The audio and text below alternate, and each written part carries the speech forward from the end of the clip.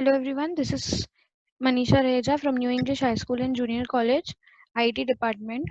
As you all know कि last lecture में हमने start किया था chapter number 6 that was e-commerce and e-governance.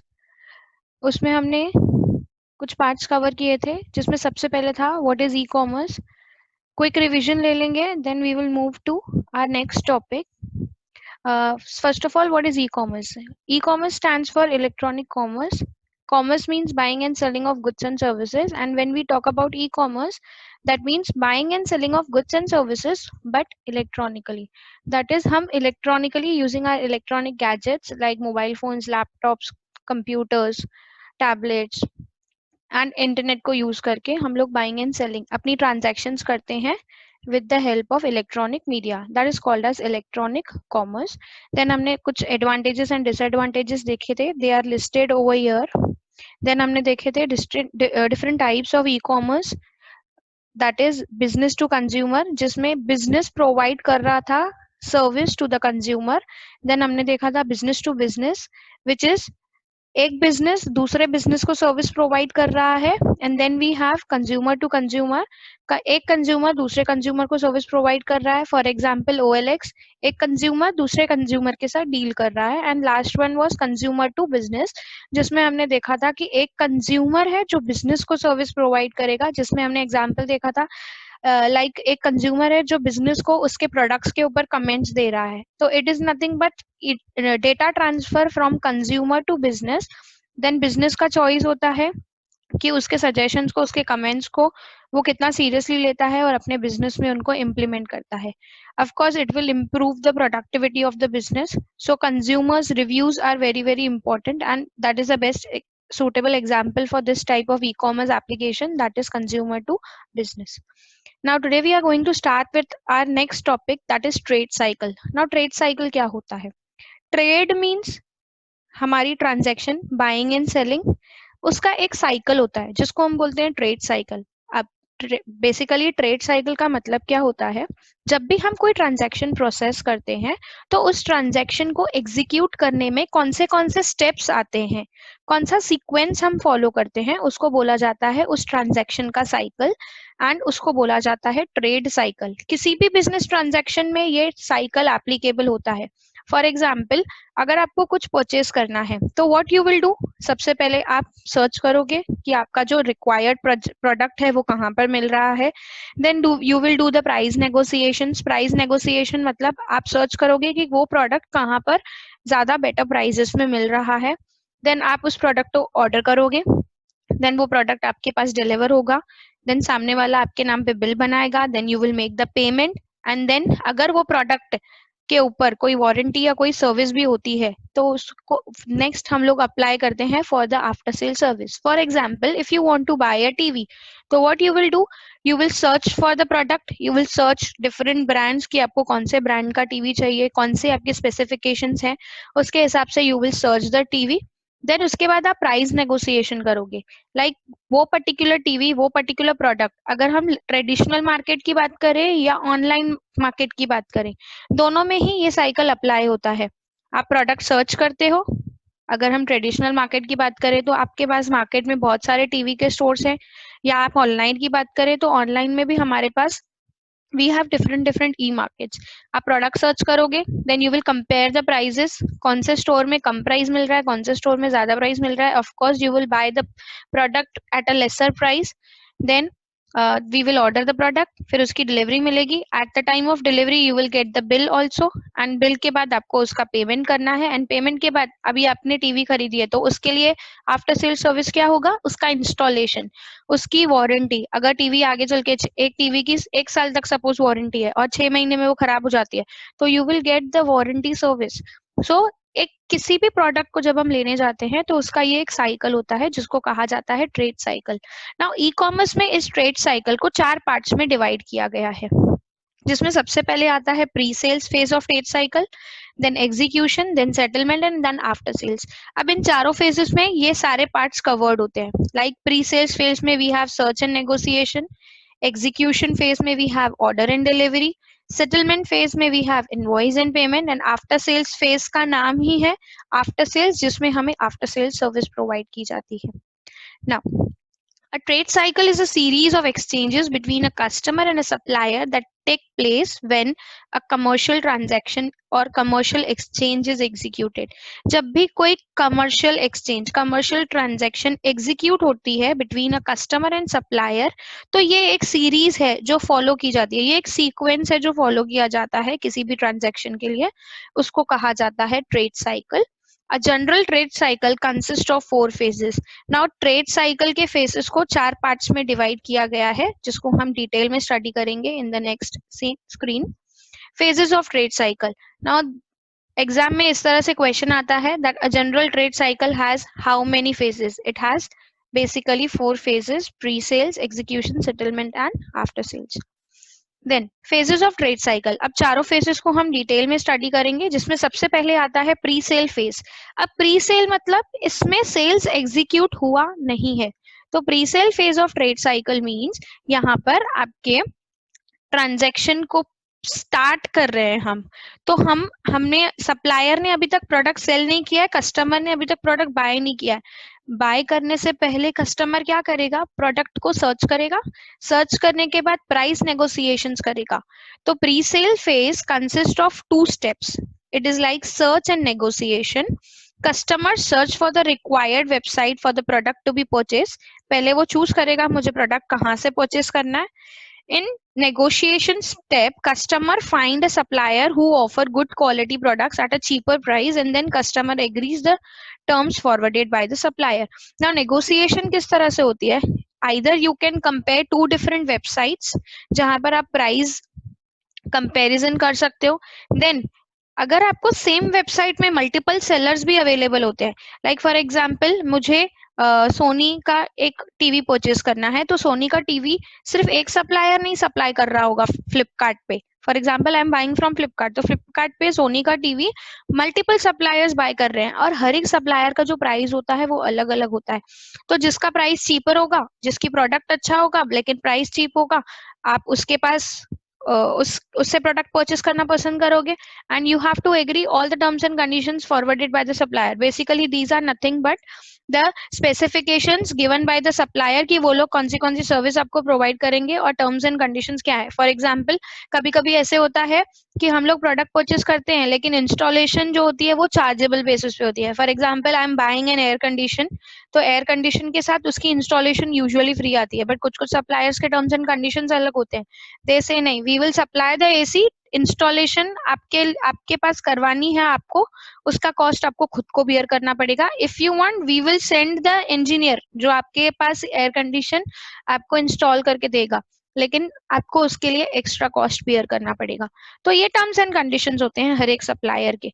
तो जिससे भी आप कंज्यूमर प्रोडक्ट परचेस करने के लिए एग्री होता है, उसके सारे टर्म्स एंड कंडीशंस कस्टमर को एग्री होते हैं. देन नेक्स्ट स्टेप आता है एग्जीक्यूशन स्टेप. अब यहाँ पर एक्चुअली हमारा ऑर्डर एग्जीक्यूट हो रहा है. लाइक मैं यहाँ पर प्रोडक्ट ऑर्डर करूंगी और यहाँ पर मुझे उस प्रोडक्ट की डिलीवरी भी मिलेगी. This is called as execution of the transaction. Execution of the transaction मतलब एक्चुअली में कंज्यूमर को वो प्रोडक्ट हाथ में मिलेगा. कैसे हाथ में मिलेगा? पहले आप उसको ऑर्डर करोगे, then you will get the delivery. This phase consist of order and delivery. Consumer sends an order for the selected product. After processing the order and customer receives the selected product. जो भी product आपने order किया है, पहले आपको order send करना है to the supplier and then you will get the delivery once the order is processed. For example हम ऑनलाइन कुछ भी बाय करते हैं तो हम पहले ऑर्डर प्लेस करते हैं, फिर सामने से हमें कंफर्मेशन आती है, ऑर्डर प्रोसेस होता है and then we get the delivery. So execution phase consists of order and delivery. Now you have to remember this कि pre-sale phase में क्या क्या होता है, execution phase में क्या क्या होता है, because ये questions exam में multiple choice questions में usually पूछे जाते हैं. And these all are the contents from the government textbook. So जो भी exam में पेपर निकलता है वो पेपर पूरा हमारे गवर्नमेंट टेक्स्ट बुक से ही निकलता है. So you don't have to worry कि हम लोगों को गवर्नमेंट टेक्स्ट बुक फिर से रीड करना है या फिर से समझना है उसको. If you are attentive to this lecture तो आपको सिर्फ इतना ध्यान देना है, you just have to go through the quick revision and your text book study is not required then. So pre sales phase में आता है search and negotiation, execution phase में आता है order and delivery, and then we have settlement phase, अब यहाँ पर customer settle करेगा, क्या सेटल करेगा? ऑफ कोर्स आपने डिलीवरी लिया है प्रोडक्ट का तो you have to pay for it, so what you will get in this phase, you will get an invoice and उस इनवॉइस का आपको क्या करना है? Payment. So settlement phase consist of invoice and payment. This phase consist of invoice and payment. Invoice means customer will receive a bill for the product purchased and after confirmation of the received product consumer will pay for the same. Now आपको product मिल गया, immediately आपके हाथ में bill आता है. For example online transaction की बात करें, आपने किया कैश ऑन डिलीवरी, तो जैसे ही आपको प्रोडक्ट मिलता है यू गेट द बिल, उसी के ऊपर स्टिक किया हुआ होता है वो बिल, आप देखते हो, you receive the product. Once you acknowledge कि मुझे प्रोडक्ट मिल गया है तो आपको उसके पैसे देने पड़ेंगे. So once you get the invoice you have to pay for the same. So settlement phase consists of invoice and payment. And lastly, after sales phase. This is the last phase of trade cycle. After sales phase. After sales phase means यहाँ पर cell हो चुकी है, execution हो चुका है, product customer के पास पहुंच चुका है. अब कस्टमर क्या एक्सपेक्ट करेगा कि अगर वो प्रोडक्ट के ऊपर कुछ सर्विस है, कोई वारंटी है, तो वो मुझे मिलनी चाहिए. In this phase, this phase consists of warranty and after sales service. In warranty period, customer will give the maintenance service for free or at a minimum cost. Like for example, हम AC purchase करते हैं तो AC के साथ AC की 3 services free होती है, या तो कुछ मिनिमम कॉस्ट हम लोगों को बियर करना पड़ता है. जैसे हम गाड़ी खरीदते हैं तो गाड़ी के साथ 1 साल की सर्विसिंग फ्री होती है, या तो अगर हम लोगों को उसके कुछ पार्ट्स चेंज करवाने हैं या सर्विसिंग फ्री होती है, लेकिन अगर कोई प्रोडक्ट लगता है तो वी हैव टू पे the minimum cost for that.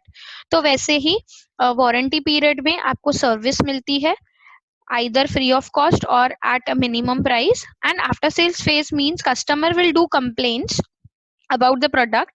जो भी प्रोडक्ट आपने लिया है उसकी परफॉर्मेंस से रिलेटेड आप कंप्लेन करोगे एंड उसके बाद आपको उसकी सर्विस मिलेगी. फॉर एग्जांपल मैंने एसी खरीदा, वो 6 महीने अच्छे से चला, लेकिन उसके बाद उसमें प्रॉब्लम आ रही है, तो व्हाट यू विल डू, आप एक्सपेक्ट करोगे ना कि सामने से मुझे सर्विस मिलनी चाहिए क्योंकि मेरा प्रोडक्ट जो है वो वारंटी में है. तो यहाँ पर आपको warranty and after sale service दी जाती है, जिसमें आपको जो भी कस्टमर के कंप्लेंट्स होते हैं प्रोडक्ट से रिलेटेड वो सॉर्ट आउट करके मिलते हैं. So basically a trade cycle consist of 4 faces, जिसमें हमने देखा pre-sale which includes search and negotiation, execution which includes order and delivery, settlement which includes invoice and payment, and lastly after sales which includes after sales and warranty phase. Moving to next. अब जब हम online transactions करते हैं तो online transactions के लिए हमारे पास पे करने के लिए क्या क्या मेथड्स अवेलेबल होते हैं ना. एज आजकल हर कोई ऑनलाइन ट्रांजैक्शन करता है या करता नहीं है, तो आपने देखा होगा अपने पेरेंट्स को, अपने बड़े भाई बहनों को करते हुए. तो जब भी हम ऑर्डर प्लेस करते हैं तो हमारे पास ऑप्शन आता है, या तो हम कैश ऑन डिलीवरी कर सकते हैं, like we can pay the cash on delivery, और we have different modes of payments, like जिसमें सबसे पहले आता है आपका कार्ड, डेबिट कार्ड हो या क्रेडिट कार्ड हो, आप कार्ड के थ्रू पेमेंट्स कर सकते हो. तो first mode of payment is credit card. Now credit card क्या होता है, या डेबिट कार्ड और क्रेडिट कार्ड क्या होता है, दीज आर द कार्ड्स जो कस्टमर्स जो बैंक्स हम लोगों को प्रोवाइड करते हैं and through which we can do the payments at different websites और इवन एट स्टोर्स भी आजकल हम लोग कार्ड्स के थ्रू पेमेंट्स कर सकते हैं. So credit cards are the most common way for the customers to pay online. Online पे करने के लिए यूजुअली सब लोग कार्ड्स यूज करते हैं. आपने देखा होगा क्रेडिट कार्ड्स वगैरह पे बहुत ज्यादा ऑफर्स भी आते हैं, लाइक फ्लिपकार्ट पे फ्लिपकार्ट गिव्स यू कि आप प्रोडक्ट परचेस करो you will get 10% instant discount on so and so bank का कार्ड. तो क्रेडिट कार्ड्स वगैरह पे बहुत अच्छे अच्छे ऑफर्स भी मिलते हैं. Merchant can reach out to the international market with the credit card.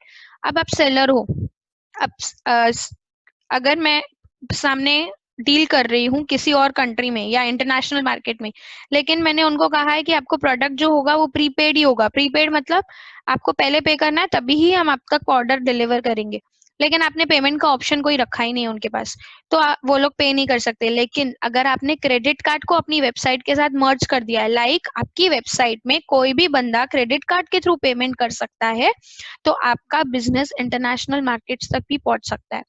Merchant can reach out to an international market with credit card by integrating a payment gateway into their business. आपने अपने business में credit card facility को integrate कर दिया मतलब introduce कर दिया, मिला दिया उसके साथ, जिसके थ्रू मर्चेंट जो सामने वाला पर्सन है जो सामने वाला कस्टमर है वो आपके प्रोडक्ट्स को इंटरनेशनल लेवल पे भी बाय कर सकता है। लाइक हम इंडिया में रह के भी हम दूसरी कंट्री से प्रोडक्ट्स ऑर्डर कर सकते हैं। क्यों? क्योंकि हम एक तो हमारा जो ई कॉमर्स है वो इंटरनेशनल ग्लोबली काम करता है, प्लस वो लोग अगर हमको कहते हैं that we will deliver your product but only once you pay it before delivery.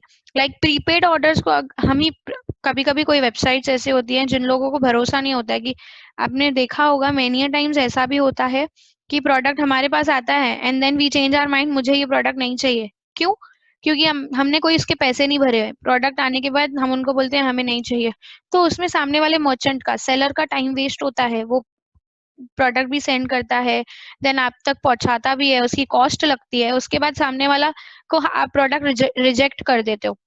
तो इसकी वजह से बहुत सारे मर्चेंट्स, बहुत सारे सेलर्स क्या बोलते हैं, हम आपका ऑर्डर एक्सेप्ट करेंगे लेकिन सिर्फ प्रीपेड होना चाहिए। लाइक अभी अगर मैं बात करूं तो अभी लॉकडाउन चल रहा है, लॉकडाउन के पीरियड में बहुत सारी वेबसाइट्स ऐसी हैं, अमेजोन की बात ले लेंगे, अमेजोन सिर्फ वही ऑर्डर्स को प्रोसेस कर रहा है जो प्रीपेड है। अगर आपने पैसे भरे हैं तो ही अमेजोन आपके प्रोडक्ट को डिलीवर करेगा।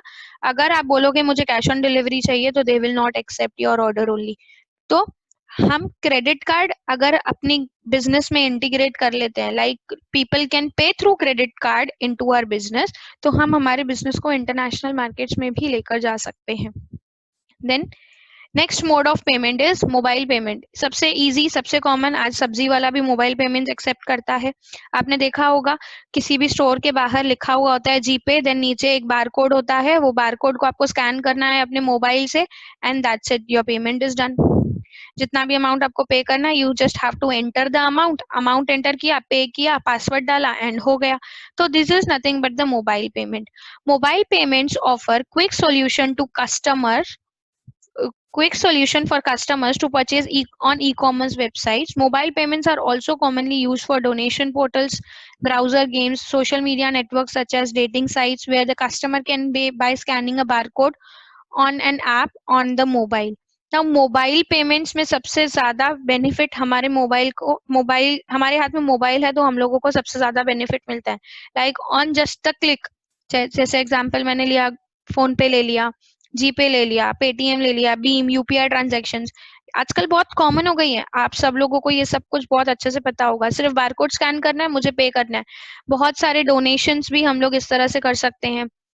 देन ब्राउजर, हम इंटरनेट पे गेम्स खेलते हैं, तो इंटरनेट पे गेम्स खेलते वक्त भी आप लोगों ने देखा होगा बहुत सारी गेम्स आजकल नई नई गेम्स इंट्रोड्यूस हो गई हैं क्योंकि लोग घर पे बैठे हैं, तो पीपल आर प्लेइंग गेम्स। तो गेम्स में हम लोगों को पे करना है, you just have to scan it and you just have to pay. Social media websites हैं, बहुत सारी वेबसाइट्स ऐसी हैं जहां पर कस्टमर सिर्फ एक क्लिक करके, स्कैन करके अपने पेमेंट्स कर सकता है। So mobile payments is the easiest way nowadays to pay make payments. आजकल तो ऐसा भी हो गया है कि नोबडी इज एक्सेप्टिंग कैश, क्योंकि हर किसी को डर लग रहा है कि कैश के थ्रू अगर हम लोगों के पास वायरस आ गया तो, so they are just saying यहाँ पर हमारा बारकोड है, you just scan it through your mobile phone and then pay. तो कैश ऑल्सो लोग एक्सेप्ट नहीं कर रहे हैं, तो this is the easiest way to make payments, mobile payments. Then next mode of payment is bank transfer. जब हमें कुछ बड़ा अमाउंट या छोटा अमाउंट ट्रांसफर करना है तो हम बैंक ट्रांसफर भी कर सकते हैं। जब हम लोगों को एक अकाउंट से दूसरे अकाउंट में पैसे भेजने हैं तो हम बैंक ट्रांसफर यूज करते हैं usually. Bank transfer is used when the money is sent from one bank account to another. Transferring money from one bank account is usually fast and safer than withdrawing and paying cash because because every transaction will be authenticated by checking customers banking credential. Now bank transfer compared to cash transfer बहुत easy है और genuine है, उसमें security ज्यादा है। क्यों? Because जब हम बैंक के एक बैंक अकाउंट से दूसरे बैंक अकाउंट में मनी ट्रांसफर करते हैं तो आपके बैंक अकाउंट, जब हम सामने वाले का बैंक अकाउंट डिटेल्स वहां पर डालते हैं तो सारी चीजें चेक होती हैं, वेरीफाई होती हैं, उसके बाद ही अमाउंट ट्रांसफर होता है। एंड मैं भी अगर पैसे ट्रांसफर कर रही हूँ तो मेरे को अपना पासवर्ड, मेरे को अपने क्रेडेंशियल्स प्रॉपरली डालने हैं। मतलब हर एक ट्रांजेक्शन ऑथेंटिकेट हो रही है, चेक हो रही है कि सच में क्या वो जेन्युइन कंज्यूमर है या नहीं। एंड हमारे बैंक के पासबुक में भी उसकी एंट्री भी आ जाती है। So you don't have to worry मेरे पैसे कहाँ गए, मेरे पैसे कहाँ गए। कभी कभी ऐसे होता है कैश पेमेंट्स हम लोग करते हैं एंड देन वी फॉरगेट कि ये 25,000 मैंने निकाले थे लेकिन ये पैसे गए कहाँ। मैनी टाइम्स आपने देखा होगा आपके पेरेंट्स भी वरी करते हैं, ये पैसे मैंने निकाले थे बट मेरे पैसे गए कहाँ। तो वहां पर हमारे जो ट्रांजेक्शन्स हैं वो रिफ्लेक्ट हो जाती है हमारे पासबुक में कि हमने इस पर्सन को पैसे ट्रांसफर किए थे। कैश पेमेंट्स के कंपैरिजन में बैंक ट्रांसफर बहुत ज्यादा ट्रस्ट वर्दी है और बहुत ज्यादा सेफ है एंड हर एक चीज जेन्युइनली चेक की जाती है। Example NEFT, IMPS etcetera. NEFT, RTGS, IMPS, these are the banking services जो आपको अलाउ करती हैं नेशनल और इंटरनेशनल लेवल पे इंस्टेंटली पैसे ट्रांसफर करने के लिए। देन उसके बाद नेक्स्ट आता है e wallets. Now e wallets मतलब क्या होता है? ई वॉलेट्स मतलब इलेक्ट्रॉनिक वॉलेट जो आपके पास आपके पॉकेट में पड़ा है, दैट इज अ वॉलेट। लेकिन e wallet is your mobile phone जिसमें आप लोगों ने एक अकाउंट खोल के रखा है, उस अकाउंट में आपने कुछ पैसे डाल के रखे हैं और जब भी आपको पैसे पे करने हैं आप उस अकाउंट से इजीली पे कर सकते हो। For example Paytm money, free charge, उसमें हम पैसे डिपॉजिट करके रख देते हैं। लाइक जैसे हम हमारे बैंक में पैसे डिपॉजिट करते हैं और कार्ड के थ्रू पे करते हैं, वैसे ही ई वॉलेट मतलब हम हमारी एप्लीकेशन में, हमारे ई वॉलेट में, एग्जाम्पल बेस्ट एग्जाम्पल हमारा Paytm. Paytm is e wallet जिसमें मैं प्री लोडेड कुछ पैसे रखती हूँ, मैं अपने वॉलेट में कुछ पैसे डाल के रखती हूँ, अपने अकाउंट में कुछ पैसे डिपॉजिट करके रखती हूँ। पैसे कैसे डालती हूँ? अपने बैंक अकाउंट से डालती हूँ, लेकिन उसमें डाल के रखती हूँ। तो जब भी अगर मुझे कुछ पेमेंट करना है तो मैं अपने बैंक अकाउंट से डायरेक्ट पेमेंट ना करते हुए अपने पेटीएम वॉलेट से पेमेंट करूंगी। और मेनी टाइम्स जो ई वॉलेट्स होते हैं उसके ऊपर हम लोगों को ऑनलाइन ट्रांजेक्शन में बहुत अच्छे अच्छे ऑफर्स भी मिलते हैं। तो हम लोग अगर अपने ई वॉलेट पे पैसे डाल के रखते हैं तो ऑफर्स भी मिलते हैं हमारे पास, प्लस हमारी ट्रांजेक्शन्स भी प्रोटेक्टेड रहती है। मतलब मुझे बैंक से पे करने की जरूरत नहीं है, मैंने बैंक से पेटीएम में पैसे डाल दिए, अब मुझे कहीं पर भी पे करने हैं तो मैं पेटीएम के थ्रू पे कर सकती हूँ। That is your e wallet. जैसे आप बैंक से पैसे निकाल के, एटीएम से पैसे निकाल के अपने वॉलेट में रखते हो, वॉलेट से आपको कहीं पर भी पे करना है तो आप पे करते हो, वैसे ही आप बैंक से पैसे निकाल के अपने ई वॉलेट में रख रहे हो एंड जब भी आपको पे करना है तो आप ई वॉलेट के थ्रू उसको पे कर सकते हो। E-wallet is a type of electronic card which is used for transaction made online through a computer or a smartphone।